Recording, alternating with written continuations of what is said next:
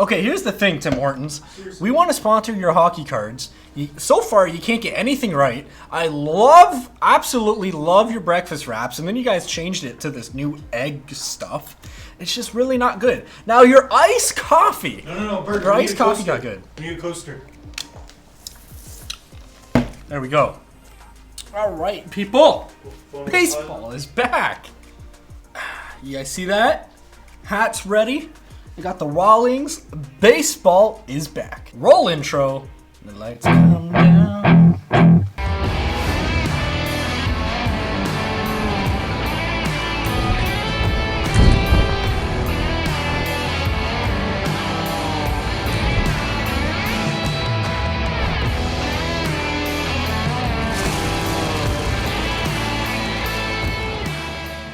Shut up with Pokemon, man. It's ridiculous. Ooh, Charizard, Zion. I'm Mitch. I'm supposed to give you the greatest advice ever. Charizard and Zion. The end. Every episode. At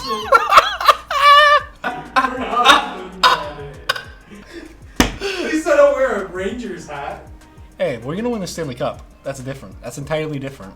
And before we start the episode, you gotta get a good... I think I dropped some of that down my leg. You ain't no hound dog. Something like that. I said you ain't no band of mine. Return to sender.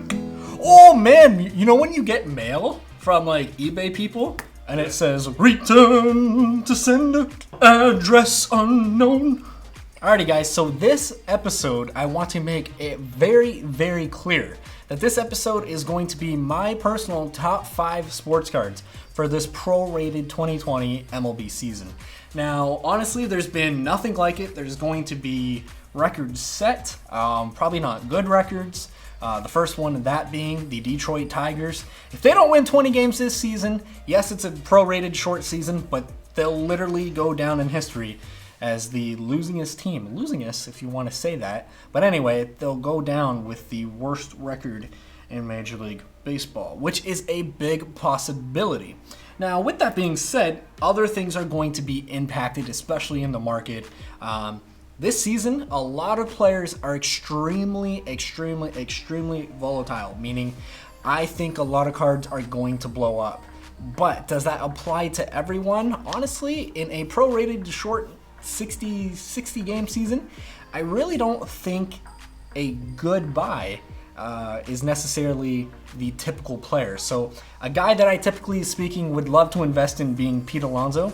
Honestly, guys, I'm staying away from the polar bear in Pete Alonso. And the reason being, in a 60 game season, all it takes is for him to have, a bad week, a bad 2 weeks, a bad month, and a bad month is literally half the season. And with a power hitter, if he doesn't generate those home runs, he's certainly not also going to generate a good batting average. So regardless, without rambling on too much, I'm going to jump into my top 5 plays. So starting with number 1, if you guys aren't involved in our Facebook group at Red Cape Sports, get involved in it because I let almost everyone know this is the number 1 player that I'm buying right now, at least for this upcoming season as well, is Austin Meadows. Now, Austin Meadows, originally drafted by the Pittsburgh Pirates, and now he's in a young upcoming team.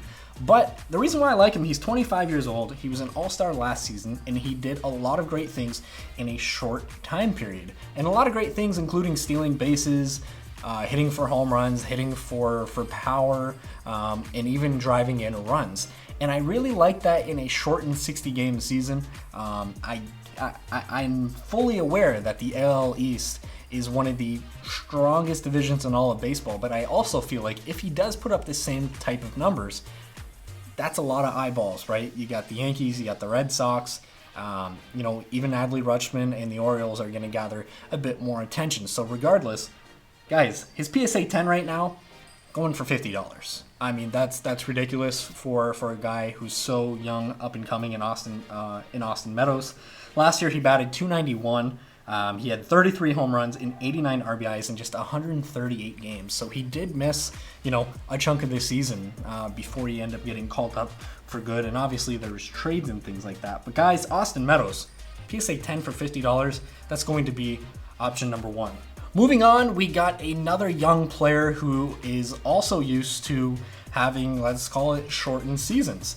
And that's because Bo Bichette was called up extremely late into last season. Yes, he's still going to be considered a rookie in 2020, so he did not get enough at-bats. But the at-bats that I saw last season blew my mind. And through all the research I've done for this season in interleague squads, sure, he's literally feasting off his own teammates. But this guy swings a hot bat. It definitely does not surprise me with the fact that he's got the genetics, and his dad was a pretty good Major League Baseball player. Several times he was voted in as an all-star. So he's got that. But last year, guys, he had 61 hits in only 46 games. And he was a double machine. One of the most beautiful swings. He does present some swag with the long hair, the chain, the high socks. And match him with Vladdy, match him with Cavan Biggio, and again, in the AL East, a lot of eyeballs on him. So in a shortened season, maybe he'll also swipe a lot of bags. But right now, his PSA 10 is going for around 90 to 100 Canadian dollars.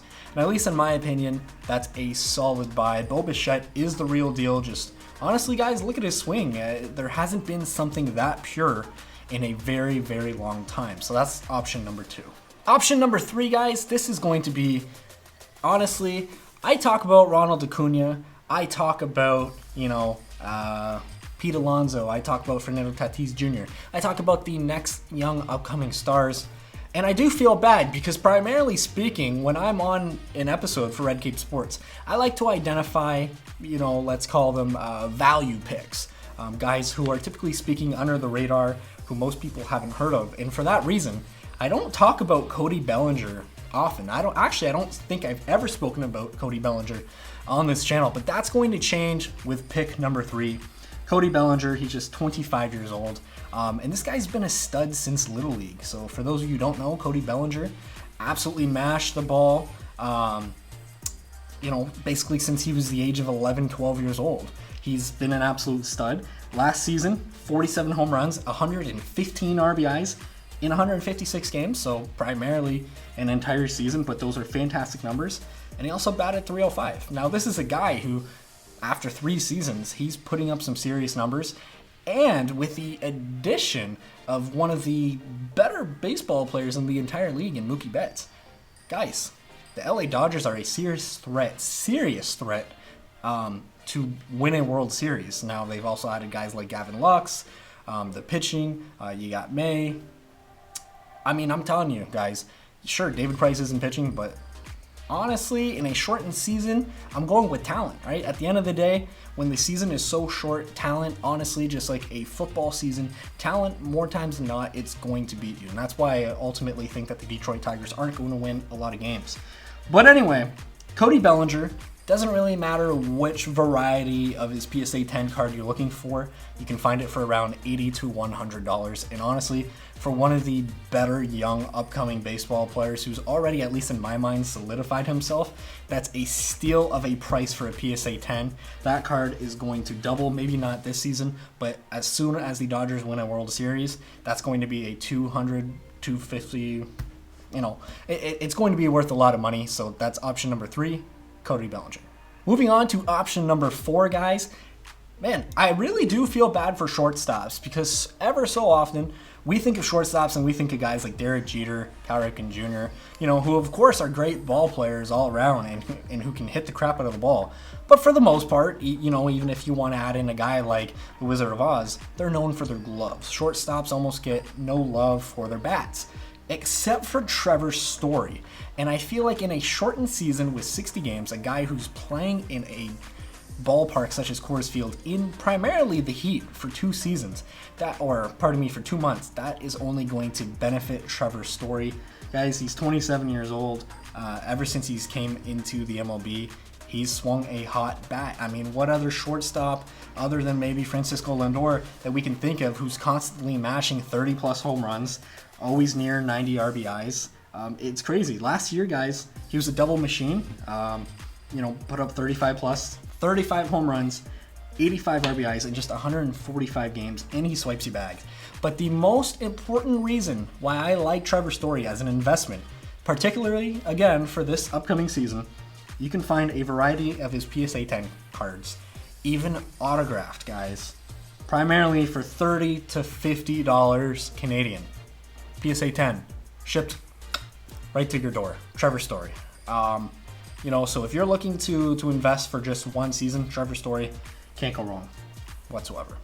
Option number 5 is going to be an absolute stud, a speedster, but someone who often goes overlooked because of injuries.